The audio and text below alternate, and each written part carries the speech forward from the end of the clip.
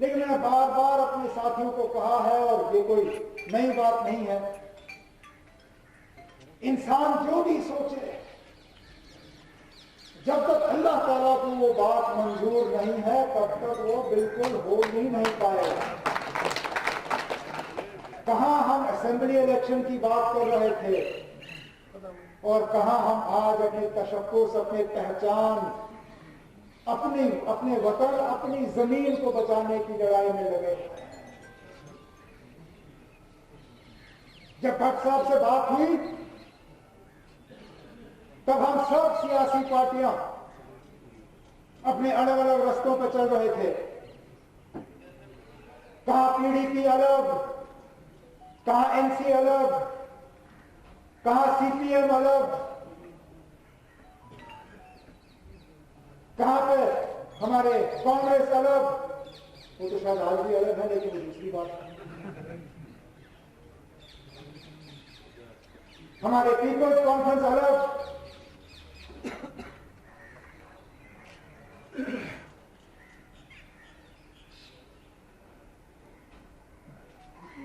मतलब डट के हमने पिछले साल मार्च अप्रैल में एक दूसरे की मुखालफत की। लेकिन आज मरकज के उस साजिश के नतीजे में हम मजबूर हुए एक ही प्लेटफॉर्म पे आने पे। हमने कहा यह मौका नहीं है कि हम अपनी छोटी सियासी लड़ाइयों में उलझ जाएं। आज मौका नहीं है कि हम इलेक्शन और सीट गिनें या हुकूमत बनाने की बात कर रहे हैं।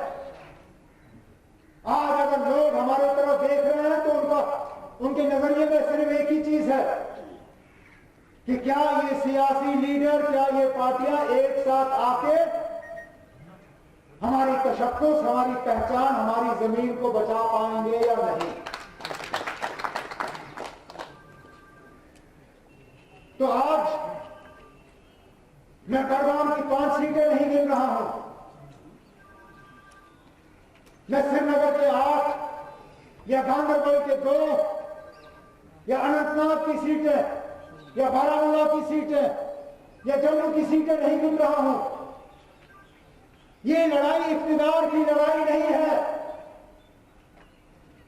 ये लड़ाई वजीर आला की कुर्सी की लड़ाई नहीं है। लानत हो हम पे अगर इन हालात में आज भी हम इख्तिदार की कुर्सी के पीछे भागे। लोग कभी हमें माफ नहीं करेंगे अगर आज भी हमारी नजर सेक्रेटेरिएट पर ही रहे और हम इस सोच में रहे कि कब हम उस दफ्तर में घुस के उस कुर्सी को दोबारा हड़प लेंगे।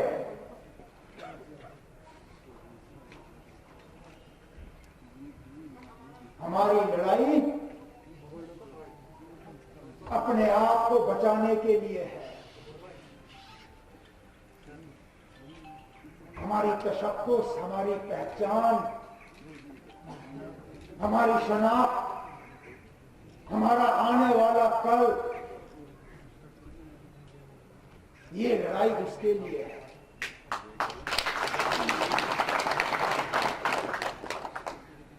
इन दिल्ली वालों ने कोई हड़बा नहीं छोड़ा हमें कमजोर करने के लिए और बांटने के लिए। काश जो अकल हमें अब आई है एक साथ काम करने की, काश ये अकल हमें पहले आई होती, शायद ये नौबत नहीं आती। मरकज ने बार बार ये कोशिश की कि हमारी आवाज यहां कमजोर हो जाए और उस कमजोर आवाज का नतीजा आज आपके सामने है। हम बिखर गए और इनकी साजिश पूरी हो गई। हमारी आवाज कमजोर हो गई और उन्होंने हमारी पहचान मिटा दी। लेकिन आज भी वो लोग जो दिल्ली में कहते हैं कि हमने जम्मू कश्मीर के साथ 5 अगस्त को ये सब किया, इस रियासत को पूरी तरह इस मुल्क के साथ मिलाने के लिए, आज भी वो हमारे साथ फर्क करते हैं। नहीं तो मुझे बताइए, कल जो जमीन के लेन देन के कानून यहां बनाए गए, इससे मजबूत कानून तो और रियासतों में है। आज भी इस मुल्क का बाशिंदा आजादी से हिमाचल प्रदेश में जमीन नहीं खरीद सकता। लक्षद्वीप, अंडमान निकोबार, नागालैंड, मेघालय, सिक्किम में कितनी रियासतों के नाम लूं जहां इस मुल्क का बाशिंदा जमीन नहीं खरीद सकता। लेकिन पता नहीं हम जम्मू कश्मीर के लोगों का क्या कसूर है कि अंधाधुन इजाजत दी गई यहां लोगों को आने की और जमीन खरीदने की। और जब हम इसके खिलाफ आवाज उठाते हैं तो हमें कहा जाता है आप एंटी नेशनल हो, आप मुल्क के खिलाफ बात कर रहे हो। आप जो हम बात कर रहे हैं वो इस मुल्क के आईन में ही तो दर्ज था। जो हमसे 5 अगस्त 2019 को छीना गया, वो किसी और मुल्क के आईन में दर्ज नहीं था, वो इसी मुल्क के आईन में दर्ज था। अगर जम्मू कश्मीर को वो खसूसी दर्जा नहीं दिया होता, क्या पता 1947 में क्या अलग कहानी बन जाती। और जिन कानून को आज बदलने का काम हुआ, उनकी शुरुआत नेशनल कॉन्फ्रेंस ना आजादी के बाद नहीं हुई। जिन कानून को परसों तहस नहस किया गया, उनकी शुरुआत तो महाराजा साहब ने की थी। जिस महाराजा के मूर्ति के सामने परसों ही बीजेपी ने जम्मू में प्रोग्राम किया, उसी महाराजा साहब के कानून को इन लोगों ने तहस नहस किया। और हम एंटी नेशनल। ये दिल्ली वाले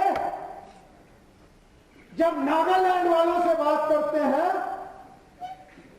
जिस नागालैंड का लीडर ये कहता है कि ना हमें हिंदुस्तान का आईन मंजूर है, ना हमें हिंदुस्तान का झंडा मंजूर है, ना हिंदुस्तान की सालमियत मंजूर है, उनके साथ तो आप बातचीत करते हो। उनका नाम तो मैं आपके टीवी चैनलों पर नहीं देखता हूं, यह कहते हुए कि ये जी देशद्रोही है, एंटी नेशनल है। लेकिन जब यहां के लोग अपनी जमीन को बचाने के लिए, अपनी पहचान को बचाने के लिए, अपनी शनाख्त को बचाने के लिए आवाज उठाते हैं, तो सीधा आप कहते हो आप ये तो मुल्क के खिलाफ बगावत कर रहे हैं। जनाब, जिस जगह हम आज बैठे हैं, जिस झंडे के तले आज हम ये प्रोग्राम कर रहे हैं, अगर हमें मुल्क के खिलाफ बगावत करनी होती तो 1947 में हमारा अदना वर्कर मकबूल शेरवानी बारामूला में वो रोल अदा नहीं करता जिसके लिए आज भी उन्हें सराहा जाता है। मास्टर अब्दुल अजीज, मैं किन किन लीडरों का और वर्करों का नाम लूं जो पिछले 30 साल में गोलियों के शिकार हुए, ग्रेनेड के शिकार हुए, माइन ब्लास्ट के शिकार हुए। क्योंकि हमने बार बार कहा कि जो हमने हासिल करना है पुरअमन तरीके से आईन के तहत हासिल करना है। आज हमें धकेला जा रहा है। आज यही लोग हमें कह रहे हैं कि हमारा रास्ता गलत था। समझ में नहीं आता आप लोग हमसे क्या कराना चाहते हो। नहीं तो मुझे बताइए, ये अलग अलग तराजू में तोड़ने का क्या मतलब है। कल एक पार्टी के वर्करों को जम्मू में पुरअमन तरीके से जुलूस निकालने की इजाजत दी जाती है इन नए जमीन के कानून के खिलाफ। पुरअमन तरीके से निकले, नारे निकाले, जुलूस किया और गए वापस। आज उसी तंजीम ने श्रीनगर में पुरअमन तरीके से एक जुलूस निकालने की कोशिश की और क्या किया आपने? वर्करों को उठाया, कोठीबाग पुलिस थाने में बंद किया। आखिरकार बताइए आप हमसे चाहते क्या हो? क्या आप वाकई चाहते हो कि हम मेन स्ट्रीम छोड़ दें? जिस चीज के लिए हमने 30 साल यहां कुर्बानियां दी, क्या आप चाहते हो कि हम वो छोड़ दें? कोई समझाए मुझे, ये कहां पर लिखा है कि आईन के तहत पुरअमन तरीके से अपना हकूक हासिल करना गैर कानूनी है या एंटी नेशनल है? क्योंकि अभी तक मैं ये समझ नहीं पाया हम क्या लड़ाई लड़ रहे हैं। वही जो नरसिम्हा राव ने हमें दिखाया था, शॉर्ट ऑफ आजादी, स्काई इज द लिमिट। ये हमने नहीं कहा, ये नरसिम्हा राव ने उस वक्त जम्मू कश्मीर के लोगों को यकीन दिलाया था। चलिए छोड़िए, वो कांग्रेस के प्राइम मिनिस्टर थे, आपको उनकी बात पर कोई यकीन नहीं। अटल बिहारी वाजपेयी साहब, जिनको इसी वजीर आजम साहब ने भारत रत्न से नवाजा, क्या उन्होंने नहीं कहा था कि जम्मू कश्मीर के मसले के हल के लिए हमें सिर्फ 3 चीजें देखनी है? इंसानियत, जमहूरियत और कश्मीरियत। उन 3 चीजों के दायरे के बाहर तो हम गए ही नहीं, तो फिर क्या गलत कर रहे हैं हम? जिन कानून के तहत गरीब कश्मीरी को इस गुर्बत से निकाला गया, काश्तकारी खत्म की गई, जेलदारी खत्म की गई, गरीब मजलूम कश्मीरी को एक आवाज मिली, उन कानूनों को तहस नहस किया गया। आज खुली छूट है, अमीर लोग आए और हमें यहां से बेघर कर रहे हैं, और ये लोग सोचते हैं कि हम खामोश बैठेंगे, कि हम कहेंगे आओ जी हमारे पैर पे क्या, हमारे गले पे कुल्हाड़ी मारो और हम उस तक नहीं करेंगे। कैसे नहीं करेंगे? आखिरकार उस छोटे से जमीन के टुकड़े के अलावा हमारे पास अपने बच्चों को देने के लिए रहा ही क्या? रहा ही क्या? और अगर हमने ये भी नहीं बचाया, किस मुंह से कल आने वाले नस्ल को हम कहेंगे कि हम आपके मुस्तकबिल को बचाने के लिए नहीं गए? हमारा सारा कुछ तो इस जमीन में, इस जमीन से जुड़ा हुआ है।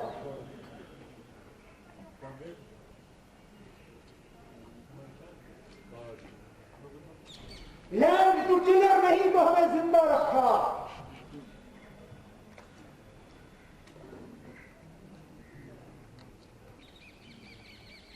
और इसलिए जो मैंने शुरू में कहा कि हालात मरकज ने ऐसे बनाए कि हमारे पास कोई चारा ही नहीं रहा, मां सिवाय ये कि हम सब एक साथ मिलके इस रियासत को बचाएं और रियासत को इस दलदल से हम निकालें। और इसमें सबसे अहम रोल सबसे बड़ी और सबसे पुरानी पार्टी होने के नाते जम्मू कश्मीर नेशनल कॉन्फ्रेंस और हमारे लीडर जनाब अमित साहब की बनती है। और इसलिए आज सैफुद्दीन भट्ट साहब का नेशनल कॉन्फ्रेंस में फॉर्मल तरीके से शामिल होना यह और ज्यादा मायने रखती है, क्योंकि जब तक हमारी आवाज मजबूत ना हो, जब तक हमारी आवाज में दम ना हो, जब तक हमारी आवाज में ताकत ना हो, तब तक शायद कोई हमें सुनने के लिए तैयार नहीं होगा।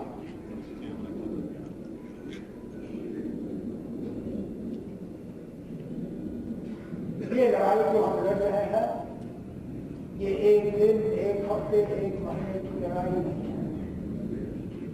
पता नहीं हम ऐसे कितने दम तोड़ेंगे इस लड़ाई को लड़ते लड़ते, लेकिन इस लड़ाई के अलावा और इस लड़ाई से शायद बेहतर और कोई लड़ाई है ही नहीं, क्योंकि हमारा सारा कुछ इस लड़ाई से जुड़ा हुआ है, सारा कुछ। अगर हम इस लड़ाई में नाकामयाब रहे तो फिर आप कहीं के नहीं, कहीं के नहीं।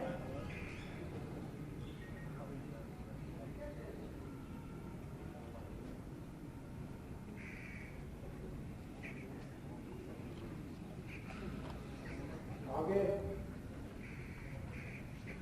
हमारा ये सियासी माहौल किस तरह की जरूरत है, किस तरह के फैसले हमें लेने पे मजबूर करें, किसी को नहीं पता। क्या पता अल्लाह ताला ने हमारे लिए क्या सोचा होगा। लेकिन मेरे वालिद साहब हमेशा कहते हैं, और मैं इस बात को मान के चलता हूं, कि अल्लाह ताला ने जो भी सोचा होगा आखिरकार अच्छा ही सोचा होगा।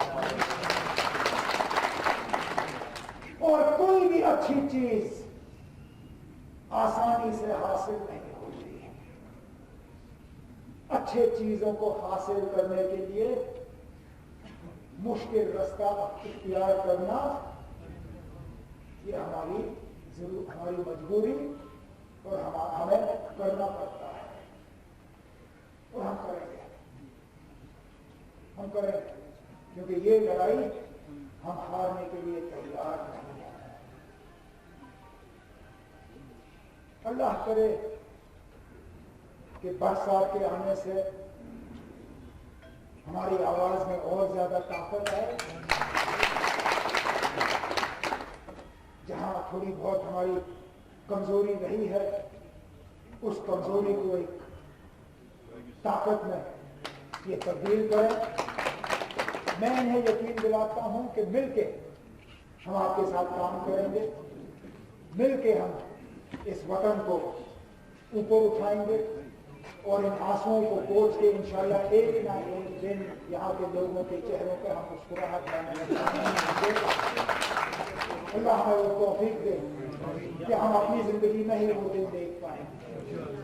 मैं एक बार फिर भट्ट साहब आपका इस खानदान में खैर मकदम करता हूँ और उम्मीद करता हूँ कि लंबे अरसे तक हम एक दूसरे के साथ मिलकर काम करेंगे। इन्हीं अल्फाजों के साथ बहुत बहुत शुक्रिया।